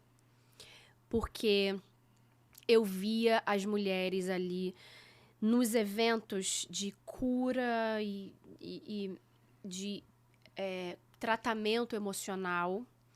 E eu não via nada além daquilo. E eu falava, ai, Senhor, eu vou entrar para esse lugar. Deus, eu entendo que o Senhor não nos chamou assim para ficar num eterno processo de cura, de tratamento. O Senhor quer nos levantar. Então, assim, ele me tratou. Primeiro, ele me tratou. E ele me fez enxergar 2 coisas antes do meu sim. Porque eu tinha muita resistência, até porque eu achava que eu ia ser uma adoradora pro resto da vida, né? Assim, uma adoradora, uma cantora, alguém que trabalhasse com música no resto da vida. Então, quando ele me chamou pra cuidar, pra pastorear mulheres nesse sentido, eu apresentei isso pra ele e falei, ai, não vou entrar nesse lugar e tudo, é trabalhoso, mulher é complicada e tudo. Primeiro, ele me fez enxergar as minhas feridas e os meus pontos de cura, que eu precisava ter cura. Então, eu entendi, sim. Então, eu comecei a ter uma empatia com todas aquelas mulheres. E aí, num segundo momento, ele falou assim, agora sim, ó, eu te curei pra você curar outras. Então, a nossa grande direção, se é que tem um slogan, o Ministério Preciosa é transformadas para transformar. Eu fui transformada com um fim. Eu não posso ficar na minha área de tratamento por muito tempo, porque Deus tem pressa para me curar, para curar outras pessoas. Então, foi a primeira coisa que Deus me trouxe. Vamos tirar essas mulheres desse lugar de lamento. desse lugar onde uma tá se alimentando da ferida da outra. E a mulher ia para um lugar e voltava para casa pior, porque ela ali estava definhando na sua própria dor. Cada um tem seu tempo de dor, de luto. O deserto é aprendizagem, ele é pedagógico, mas ele tem fim. Ele tem data de validade. Então, e ele foi feito com um propósito. Ele existe com um propósito de curar outras mulheres. E com a minha própria dor, né, a Bíblia diz, com o espírito que eu fui consolado, eu vou consolar. Com aquela experiência que eu recebi da minha dor, eu vou também ministrar. Porque só tem autoridade para falar aquela que viveu. A autoridade máxima está na mão daquela que viveu, que vivenciou, que chorou aquela dor, aquela ferida. Então, sim, vamos usar isso para potencializar a cura de outras mulheres. Então, esse é o nosso princípio fundamental. Ninguém fica no lugar da dor durante muito tempo. É um lugar de alegria. A nossa força está na alegria do Senhor. Então, acabou esse tempo, né, da gente ficar Inerte, num lamento, né? Inerte. Não, é um lugar de movimento, é um lugar reativo, é um lugar onde eu dou o primeiro passo. Eu estive num lugar de tristeza profunda, de fundo do poço. Eu, no início da minha juventude, ali com 19, 20 anos, quando eu fui para Petrópolis para fazer faculdade, eu mergulhei numa bulimia, porque eu senti falta da minha mãe, do meu pai, da minha família, do meu lugar, da minha igreja, e eu comecei a consumir muitos alimentos, e depois eu provocava todo esse... né? E aí eu engordei 15 quilos, e eu estive nesse lugar, nesse fundo do poço, assim. E aí até que Deus falou assim, muito daquilo que você precisa, muito da sua cura depende de você. Tudo vai depender do seu primeiro passo. Cadê o seu primeiro passo? E eu tive que dar o meu primeiro passo. De respirar, de tomar um banho, de me arrumar e falar assim, eu vou dar o primeiro passo agora. Não vou mais ficar assim. Acabou. Basta. A alegria do Senhor é a minha força, então eu tomo posse dessa alegria. A cura não chegou naquele momento. A cura não chegou na próxima semana. A cura não chegou no próximo mês. Mas, gradualmente, eu fui vivendo pílulas de alegria. Quando eu vi, eu estava curada. O Senhor me curou. Então, o primeiro passo precisa ser nosso. Sabe? O primeiro passo é nosso. E a mulher não foi feita para ficar nesse lugar de dor. Então, esse é um princípio muito, muito elementar, assim, do nosso Ministério Preciosa. E, em segundo lugar, é empoderar mulheres com a força do Espírito Santo. Com o poder do Espírito Santo, com um poder bom, um poder legítimo. Então, a gente promove a transformação, a cura no Senhor, e depois disso, nós queremos que essa mulher voe, que essa mulher seja relevante na sua área de atuação. Onde ela estiver plantada, ela vai ser relevante ali naquele lugar. Amém. Eu tava, antes da gente entrar aqui, a minha Bíblia tá aberta por causa disso. Eu tava lendo Provérbios 31. Claro, vamos falar de mulheres, vamos Mulher ler virtuosa. Provérbios 31, exatamente. E no final, né, no último versículo, o que a Bíblia... Minha versão é assim, né? O que a Bíblia traz é: recompensem-na por tudo que ela faz, que as suas obras a elogiem publicamente. E eu tô aqui com a Bíblia aberta, eu sabia que em algum momento ia ser usado isso, eu li aqui antes de você chegar, e de fato eu acho que essa é uma mensagem, né, que você tá falando exatamente do transformada para transformar, né? A gente vive numa sociedade que cobra diferentes coisas das mulheres, muito ligadas à aparência, e entendam que quando a gente fala aqui sobre estar ligada à aparência, ninguém está defendendo que você não pode se cuidar. É a questão do extremo que não pode ser levada, é a questão da prioridade que você dá para as coisas na sua vida, né? E quando a gente lê aqui o finalzinho de Provérbios 31, é exatamente sobre isso que a Bíblia fala, que a beleza passa, que várias coisas são vãs, que tudo vai ficar para trás. E aí muito do que a gente vive hoje imposto pela sociedade para a mulher é que a mulher ela precisa ser reconhecida por quê? Porque ela é forte, porque ela tem um lugar de dominância, porque ela tem um lugar de fala, porque ela fez e porque ela aconteceu. E aí a gente começa a assumir esse papel, muitas vezes, se a gente não se cuidar como mulher, de que são essas coisas que atraem elogio. Mas a Bíblia termina aqui na mulher virtuosa falando exatamente que as suas obras a elogiam publicamente. Ou seja, são os seus atos que vão falar sozinho pelo seu testemunho. Você não precisa de elogio quando você está vivendo a vida com Deus, porque automaticamente você vai ser prestigiada. Certo, Mari? Esse é o segredo de ser talvez uma mulher posicionada em Cristo. Você não vai fazer pra você. Você não vai fazer pra chamar a atenção do outro. A gente estava conversando sobre isso antes de entrar, né? Você vai ter no seu coração a vontade de não entristecer o Espírito Santo. E essas obras são a que vão dar bom testemunho e elogios de você de forma pública. Olha que libertador, né? Sabe quais? Um dos males dessa nossa geração, até de cristãos, assim, eu falo dentro da nossa igreja mesmo, dentro da igreja de Jesus, a gente perdeu o olhar sobre a eternidade. Então a gente fica muito preso nos padrões do mundo, nos prazeres do mundo, naquilo que o mundo pode me proporcionar, naquilo que eu posso usufruir do mundo. E aí as tristezas aqui parecem não ter sentido. E aí, quando vem um deserto, vem uma tristeza, eu definho, eu paro, eu engesso, eu me tranco, porque eu não tenho um olhar na eternidade. Eu esqueço aquilo que me aguarda. Todas as minhas obras, toda a sabedoria que eu vou exercer, a mulher sábia edifica a casa, Provérbios 14 fala sobre isso, a mulher sábia constrói a casa e não derruba suas paredes. Mas todas as minhas obras são visualizando o meu futuro, e o meu futuro não é aqui. O meu futuro não é de uma aposentadoria numa cidade pequena, igual eu sonho. Na cidade pequena, calma, fazenda com boizinho. O Caio me mata se eu ouvir falar isso. Ele detesta fazenda. Não é, o meu futuro não é ali. Não é numa cidade grande também. O meu futuro está na eternidade. E a Isabela fica às vezes, mamãe, o céu tem ruas de ouro, né? Tem casas de ouro também. Eu vejo que ela gosta muito do céu, ela gosta de falar do céu.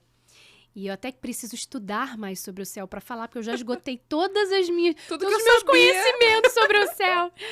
E eu acho lindo isso, porque a gente não pode tirar o nosso olhar da eternidade.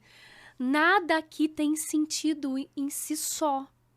A vida não faz sentido em si mesma, mas a vida tem um propósito pós-morte. Um propósito depois que tudo se for. Que de fato é a vida. Que de fato é a vida. Aí começa. Aí starta. Uau! Né? Tudo que está acontecendo aqui é uma prévia. É um plantio daquilo que a gente vai viver lá. E lá a gente vai encontrar grandes homens e mulheres de Deus. Lá a gente vai ver Jesus face a face. Lá a gente vai saber coisas. Eu não sei como Jesus vai fazer isso. Mas lá a gente vai saber o porquê de tantas perguntas sem respostas. Né? Tantas coisas que a gente fez aqui, mistérios do Senhor.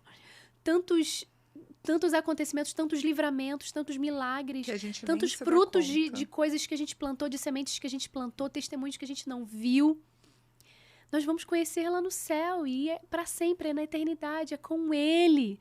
Né? E se a gente fica assim, depois de um culto, que a gente vê a presença de Deus ali tão latente, o Espírito Santo, e a gente fica nas nuvens, né? A gente não quer ir, não quer eu sair daqui, né? Mesmo. Deixa eu ficar nesse lugar todos os dias. Imagina a gente no céu, desfrutando da verdadeira presença do Senhor na essência, sem ruído, sem canal sujo, sem interferência. É a presença limpa do Senhor, direto da fonte. É lá, então nós não podemos perder o nosso olhar da eternidade. Amém. Tudo isso aqui vai passar, a beleza enganosa, sabe? A formosura, tudo isso é passageiro. É bom, é maravilhoso. Enquanto a gente estiver aqui, a gente precisa ser a mais bela por dentro e por fora. Mas isso tudo vai passar. O maior legado que a gente vai deixar é aquilo que a gente construiu com Deus. E é desse legado, dessa construção que a gente vai desfrutar na eternidade com Jesus. Amém. Vou aproveitar para começar assim o nosso jogo rápido. E eu queria que a Mari falasse para Mari os papéis principais de Deus Pai, Deus Filho e Deus Espírito Santo. Quem é? É o amigo? É o pai? É o conselheiro? Como é que a Mari entende isso? Deus governa, Deus domina. Jesus é o Salvador, é o Redentor, aquele que deu página em branco pra gente, vida nova, nova chance. E o Espírito Santo é aquele que eu falo bom dia todas as manhãs, né? Bom dia, Espírito Santo, bom dia, Espírito Santo. Mas aí eu falo assim, o pai e o filho vão ficar com ciúme. Eu falo, bom dia, Deus, bom dia, Jesus. Eu falo também. bom dia pra todo mundo. Eu faço também. E o Espírito Santo é aquele consolador, aquele que vai guiar, aquele que vai falar, Mariana. Ele não me chama Mari, não, ele me chama Mariana. Assim como minha mãe me chama quando me corrige. Mariana, falou demais, falou mal, fez isso, fez aquilo. O Espírito Santo é aquele que toca, aquele que guia, aquele que convence o homem do pecado, da justiça, do juízo. Aí já não é mais jogo rápido, a gente começa a falar um monte de coisa sobre Daqui a Deus. pouco vira pregação. Então eu vou te pedir um versículo agora. Tem tantos, né, Mário? Mas um versículo que fala ao seu coração, assim, que você tem um favorito. Ai, favorito não, assim... São tantos, todos são favoritos, muitos são, né? Mas tem um que eu amo muito, assim. Posso falar dois? Pode, com certeza. Um é Salmos 1:3. Pois será como árvore plantada, tá falando do justo, né? Ele será como árvore plantada junto a ribeiros de águas, a qual dá o seu fruto na estação própria, e tudo o que ele fizer prosperará. É assim o justo. Ele sabe sua própria estação, ele está perto do rio, buscando na fonte, que é o Senhor Jesus. E tudo o que ele faz, todas as sementes que ele planta, todas as palavras que ele diz, tudo prospera, porque está conectado a essa fonte de água. Eu amo Salmo 1:3. E o outro é 1 Pedro 2:9, né? Vocês são geração eleita, nação santa, povo adquirido, para que anuncieis as virtudes, as grandezas daquele que nos chamou das trevas para a sua maravilhosa luz. Nós somos povo exclusivo de Deus e temos um propósito, que é anunciar a grandeza de Deus nessas trevas, que é ser luz, que é resplandecer, que é brilhar. Nós somos povo de Deus, nós somos filhos, nós temos uma identidade, nós temos uma filiação. Não somos órfãos. Temos uma identidade eterna, uma identidade divina. Eis aí a grande comissão, né? Eis aí a grande comissão. Eu falo pra todo mundo assim, uma das minhas formações é coach. E eu falo pra todo mundo assim, primeiro poder que como pai e mãe você tem, até fugindo um pouquinho, mas eu volto pro que eu queria falar. Na minha sala eram 300 pessoas se formando, 98% estavam ali por causa de pai e mãe. Porque algo aconteceu na criação que deixou uma marca. Então eu falo muito isso. E a segunda que eu falo é que a gente vive na era do propósito, né? Todo mundo quer descobrir o seu propósito. E eu falo pra todo mundo assim, o seu propósito, ele está revelado na Bíblia. Você nasceu para honrar o nome de Deus através de levar a palavra de Deus. O que muda é como a gente vai fazer isso.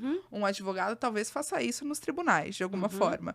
Um levita, né, como a gente conhece hoje, né, porque levita na Bíblia tem não só o significado... Exatamente. Mas um levita como a gente conhece hoje, que é do louvor, ele vai levar isso louvando. Um pastor vai levar isso cuidando de pessoas. Mas o seu propósito está revelado. E aí o inimigo tenta te falar que você tem qualquer outro propósito, você passa a vida tentando entender por que você nasceu. Tá aqui, tá revelado. A Bíblia revela isso, né? Você nasceu para engrandecer o nome de Deus, para levar a palavra de Deus adiante. Seu propósito de vida é esse, é o Criador. Ele te fez para isso. Agora, o modo como esse propósito será levado vai depender do conhecimento, da personalidade, das suas aptidões, do jeito, das aptidões, das habilidades de cada pessoa. Exatamente. E aí é o modo, mas o propósito é um. É esse. Então, eu sempre falo isso, assim, para de tentar achar o seu propósito. Lê a Bíblia. Ele já tá revelado na Bíblia. Mateus 28, 19 e 20. E de por todo mundo pregar o evangelho a toda criatura, batizando, ensinando. Já tá falando aí. Batiza, ensina, discipula e leva Jesus, porque eu vou voltar. Exato. Ensinando a guardar todas as coisas que eu vos tenho mandado, e eis que estou convosco todos os dias. É promessa. Até a consumação dos séculos. E que lindo, né? É uma promessa do Senhor. É. Uma segurança para nós. Eu queria te pedir agora um livro. Não sei se você vai falar da Bíblia ou fora dela, mas um livro, assim. O que você deixa de recomendação para quem tá assistindo? Uau, tantos. Pode falar. Vou falar de um da Lisa Bever, que é mães espirituais, que não é só para mães, é para mulheres. Então, fala da maternidade, ela começa a traçar essa nossa identidade, quem nós somos em Deus, começa a dizer dessa nossa função, dessa nossa missão de ser mãe nesse tempo. Porque a mulher é mãe de nações. A mulher foi chamada para discipular nações. Então, é um livro que eu recomendo muito, traz uma clareza muito legal sobre a nossa função enquanto mãe espiritual nesse tempo, mulher cristã.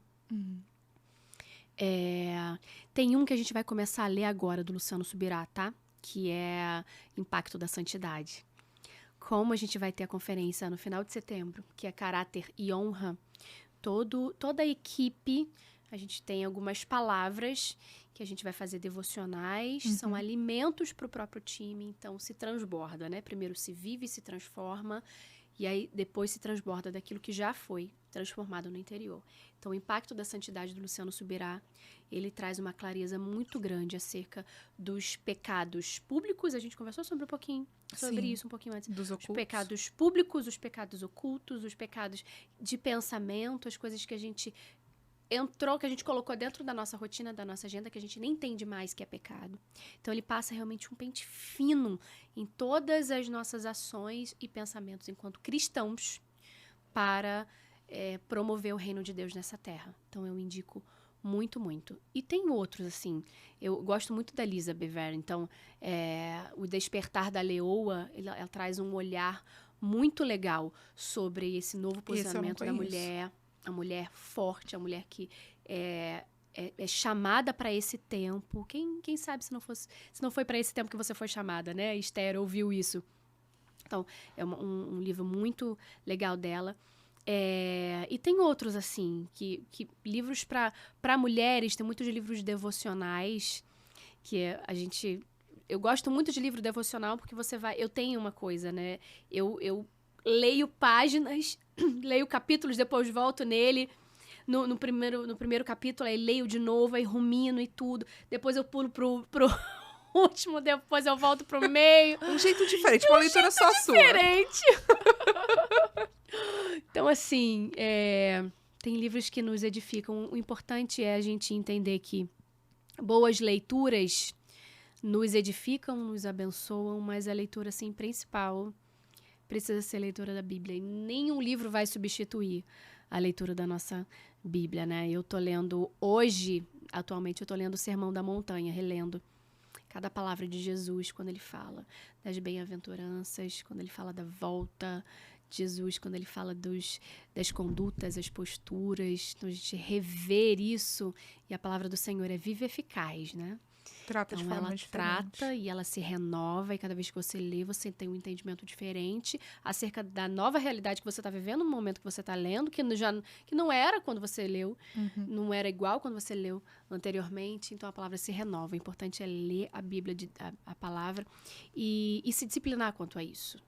Amém. Porque eu ouço muito, mas eu não gosto muito de ler, eu não tenho essa aptidão. Eu falei, gente, isso não é aptidão não, Exatamente. tá? Vamos lá, isso é hábito, isso é disciplina. Né? Isso se aprende, se insiste, se persiste. É um dia após o outro você aprender a ter o gosto pela leitura, porque o brasileiro não foi ensinado a ler, insistir, a entender, né? E por isso a gente vê muitos desvios doutrinários. E Paulo fala isso, vocês vão sendo levados por qualquer vento de doutrina, porque vocês não conhecem a palavra de Deus. E aí hoje o que mais a gente vê é isso. Gente que se satisfaz com mensagem, com pregação, com aquilo que o pastor da outra igreja diz. Então faz uma salada de tanta doutrina, e você vê movimentos tão grandes de pessoas se movimentando entre comunidades, porque não se firmaram numa doutrina, não se firmaram na palavra de Deus, mas vão sendo levados conforme o nome, a personalidade, o líder, né? Então isso E é o maior desvio. problema disso é que o evangelho fica totalmente distorcido, porque ele passa a ser um momento de emoção, né? O momento que eu tô dentro da igreja, que eu sinto arrepio, meu Deus, eu tô... É o que vale. Tô demais, mas eu saio dali, cadê a minha vida? Não né? tem, Cadê porque a eu não minha quero vida confronto, devocional? não quero transformação, Exatamente.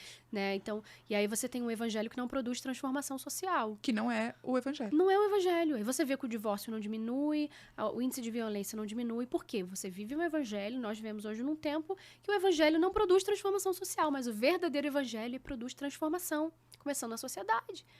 Eu e você. Então, esse tipo de evangelho que Deus tem nos chamado, e eu creio que mais do que chamado, gritado aos nossos ouvidos, para que a gente viva. Eu ia falar de evangelho, então a gente já falou, aí eu vou passar para outra, que é, você já comentou um pouco do que você sente, do seu anseio para a igreja, né, do Brasil. Se você precisasse deixar uma mensagem para nós, pessoas, como igreja, qual seria essa mensagem hoje? Hoje, essa mensagem é a seguinte: eu vejo que a gente está vivendo no leite. Paulo fala, eu não consigo falar com vocês como crentes Alimento sólido, né? espirituais, mas eu preciso falar como crentes carnais, porque vocês estão num leite. Vocês são um bebê. É como se ele falasse isso. Vocês são um bebê de 3 meses. Eu não posso dar feijão para um bebê de 3 meses porque ele não tem estrutura. Pra aguentar. Ele não tem estrutura física, digestiva, capaz de assimilar e digerir um alimento tão sólido, com tanta substância, igual a gente fala, né? Com tantos nutrientes. Não tem, ele vai ficar num leitinho. Então, tem muitas coisas que a gente não consegue falar para a igreja hoje, porque a igreja está envolvida por milindres e as emoções e as minhas frustrações, e eu não consigo sair daquele lugar, e eu não consigo... Eu sou corrigida, e eu falo muito isso no Ministério Preciosa. Falo, gente, nós estamos num tempo que a gente é corrigido. A gente pega a correção e chama ela de ofensa. Então, a gente sai da igreja, a gente entrega a nossa função, a gente vai para um outro ministério, a gente fica com raiva do líder, a gente começa a disseminar o que o líder fez comigo. E o líder, ele corrigiu porque ele ama, porque o pai corrige a quem ama e acredita. O líder só vai corrigir porque ele acredita. Se ele tivesse desistido, ele se... Ele se omitiria, ele ia falar, ai, Senhor, te entrego. Deu pra mim. Deu! Então, assim, eu acho que a gente está vivendo um tempo de uma igreja melindrosa. Uma igreja que não tem estrutura para receber um alimento sólido. E, às vezes, a gente não conhece certos lugares em Deus porque a gente não tem estrutura para isso. Às vezes, a gente não vê certas coisas que só acontecem no reino espiritual porque a gente não tem estrutura. Porque o reino espiritual é muito mais real do que o mundo real.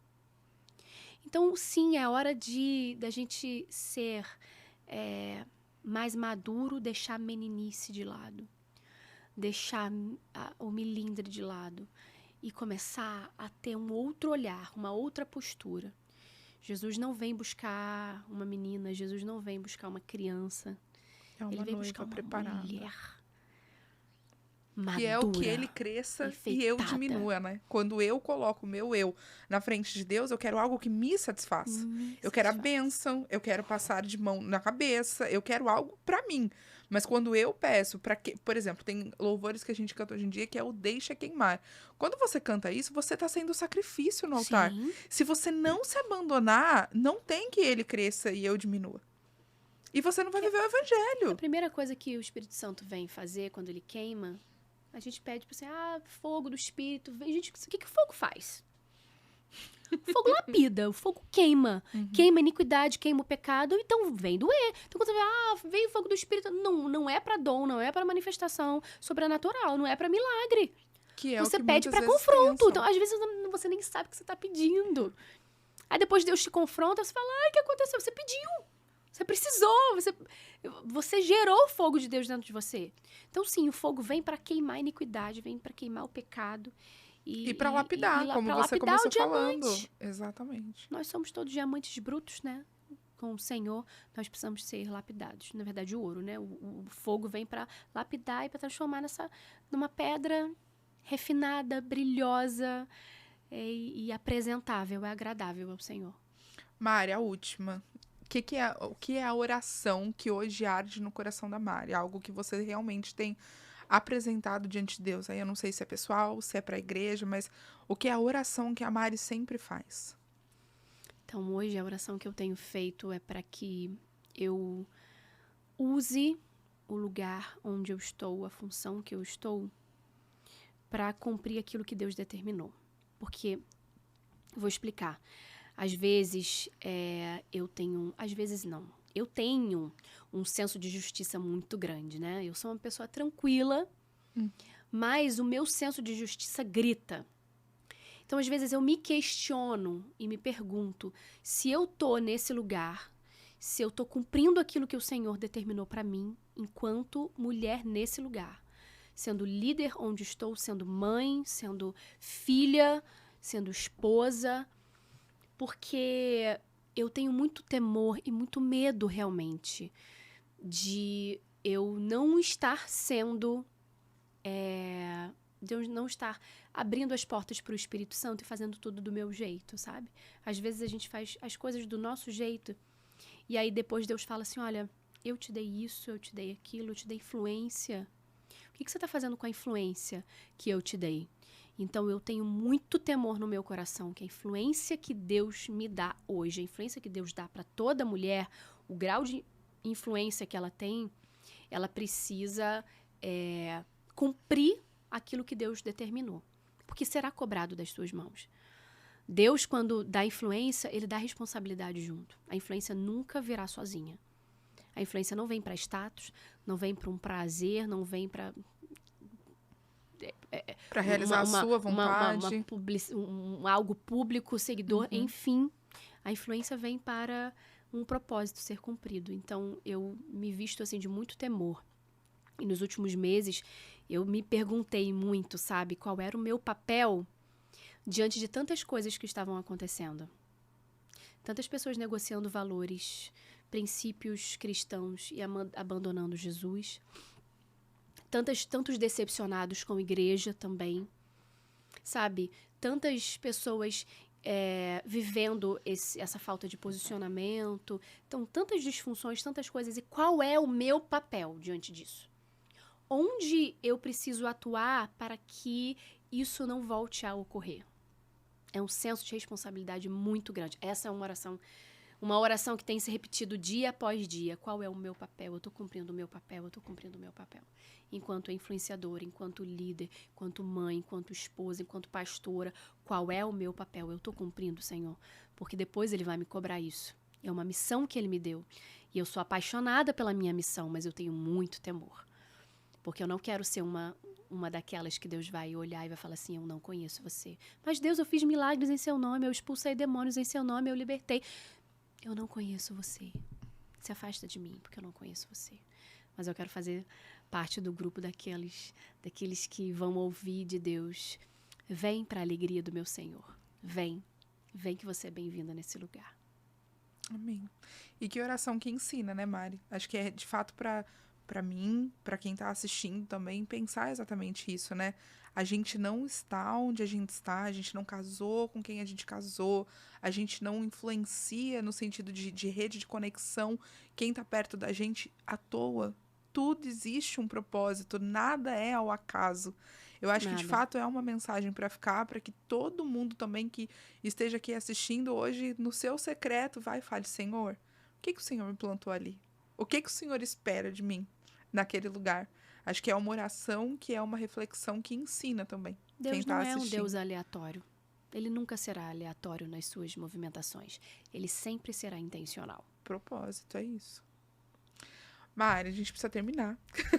Não sei mais nem quanto tempo a gente tá aqui. O papo tá ótimo, obrigada. Eu quero te agradecer mais uma vez.